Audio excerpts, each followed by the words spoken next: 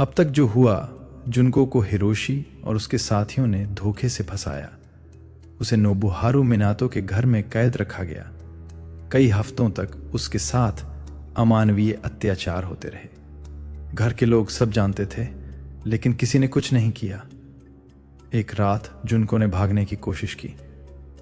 उसने पुलिस को फोन भी मिलाया, लेकिन मदद बस एक कदम दूर रह गई। उस कोशिश के बाद घर का माहौल और भी ज्यादा खतरनाक हो गया। जुनको की हालत इतनी बिगड़ चुकी थी कि वह खुद से उठ भी नहीं पा रही थी। उसके हाथ और पैर लगातार मारपीट की वजह से ठीक से काम नहीं कर रहे थे। वह अक्सर बस रेंग पाती थी। उसे खाना और पानी बहुत कम दिया जाता था। कई बार उसका शरीर कुछ भी स्वीकार नहीं करता था। वह तेजी से कमजोर हो रही थी। उसकी सांस अक्सर अटकने लगती थी। अब उस घर में कोई रोक टोक नहीं बची थी। जो भी आता, जो चाहता करके चला जाता। लड़के इस पर गर्व करते थे।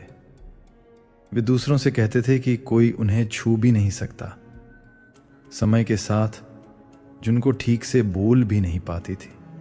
उसका शरीर लगातार संक्रमण और चोटों से लड़ रहा था। वह जिंदा थी, लेकिन जी नहीं रही थी। एक समय के बाद लड़कों को यह डर सताने लगा कि अगर वह जिंदा रही तो सच कभी न कभी सामने आ जाएगा। उनकी घबराहट धीरे धीरे गुस्से में बदलने लगी। नए साल का दिन था। जुनको पूरी तरह अकेली पड़ी थी। वह हिल भी नहीं पा रही थी। वो बस धीमी आवाज में मदद मांगती थी, लेकिन उस आवाज को सुनने वाला कोई नहीं था। कुछ दिन बाद लड़के फिर से शराब के नशे में थे। उनका व्यवहार पहले से भी ज्यादा अराजक हो चुका था।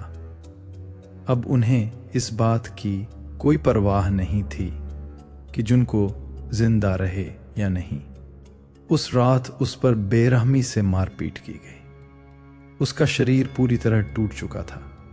वह शौक की हालत में चली गई और अगले दिन जुनको मर चुकी थी। जब लड़कों को एहसास हुआ कि अब वो जिंदा नहीं रही, तो वे पूरी तरह घबरा गए। उन्हें सिर्फ एक ही बात सूझ रही थी, खुद को कैसे बचाया जाए। वे जेल से डर रहे थे, मौत की सजा से और सच के सामने आ जाने से। जुनको की मौत के बाद घर में अजीब सी खामोशी छा गई। कुछ देर तक कोई कुछ नहीं बोला। सबको सिर्फ एक ही डर था, अगर यह बात बाहर चली गई तो उनकी जिंदगी खत्म हो जाएगी। थोड़ी देर बाद लड़कों ने आपस में बात करनी शुरू की। वे एक दूसरे से पूछ रहे थे, अब क्या किया जाए।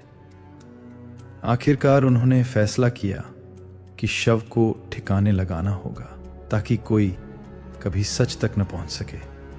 उन्होंने एक बड़ा तेल का ड्रम ढूंढा, जुनको के शरीर को उसमें डाला, फिर उस ड्रम को कंक्रीट से भर दिया। उन्हें लगा कि अब यह राज हमेशा के लिए दफन हो गया है। उस ड्रम को टोक्यो की एक कंस्ट्रक्शन साइट पर फेंक दिया गया। वह जगह ऐसी थी जहां रोज कई लोग आते जाते थे, लेकिन किसी को कुछ पता नहीं था। कुछ समय तक सब शांत रहा। कोई सवाल नहीं, कोई शक नहीं। ऐसा लग रहा था कि वे बच निकलेंगे, लेकिन यह शांति ज्यादा दिन नहीं चली। कुछ हफ्तों बाद एक और लड़की के साथ सामूहिक बलात्कार का मामला सामने आया। पुलिस उस केस की जांच कर रही थी।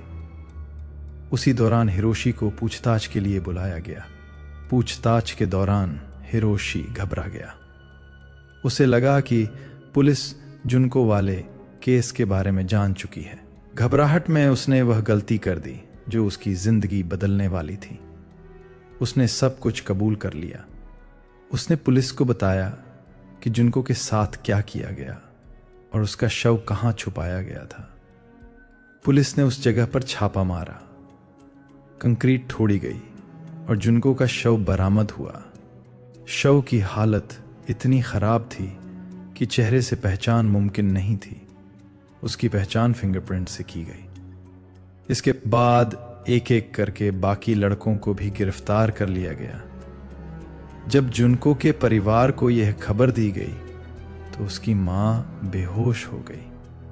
उन्हें लंबे समय तक मानसिक अस्पताल में रहना पड़ा। पोस्टमार्टम रिपोर्ट ने वह सच्चाई सामने रखी जिसे पढ़कर डॉक्टर तक सन्न रह गए। जुनको की मौत कोई हादसा नहीं थी, यह धीरे धीरे की गई एक हत्या थी। मामला अदालत पहुंचा। चारों आरोपी गिरफ्तार थे, लेकिन यहां भी इंसाफ आसान नहीं था। घटना के समय चारों आरोपी नाबालिग थे। इस वजह से शुरुआत में उनके नाम छुपाए गए। जब ट्रायल शुरू हुआ तो कोर्ट में सन्नाटा छा गया। जैसे जैसे केस की डिटेल्स पढ़ी जाती, कुछ लोग बेहोश हो जाते, कुछ रोने लगते। लेकिन सबसे डरावनी बात यह थी, आरोपियों के चेहरे पर कोई पछतावा नहीं था। इतनी भयावह यातना के बावजूद उन पर सीधा मर्डर का चार्ज नहीं लगा। फैसला आया और सजाएं सबको हिला देने वाली थीं। समय बीतता गया और एक एक करके वे सभी जेल से बाहर आ गए। कुछ ने नाम बदल लिया, कुछ ने नई जिंदगी शुरू कर ली, और जुनको उसके लिए कुछ भी वापस नहीं आया। इस केस के बाद जापान के कानूनी सिस्टम पर सवाल उठे। कुछ नियम बदले गए, लेकिन जो होना था वह पहले ही हो चुका था।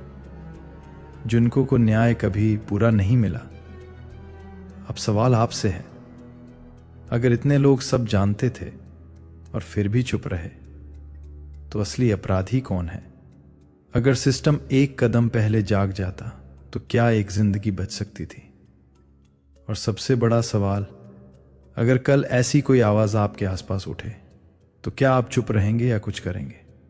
सोचिए, क्योंकि कभी कभी इतिहास हिंसा से नहीं, चुप्पी से लिखा जाता है।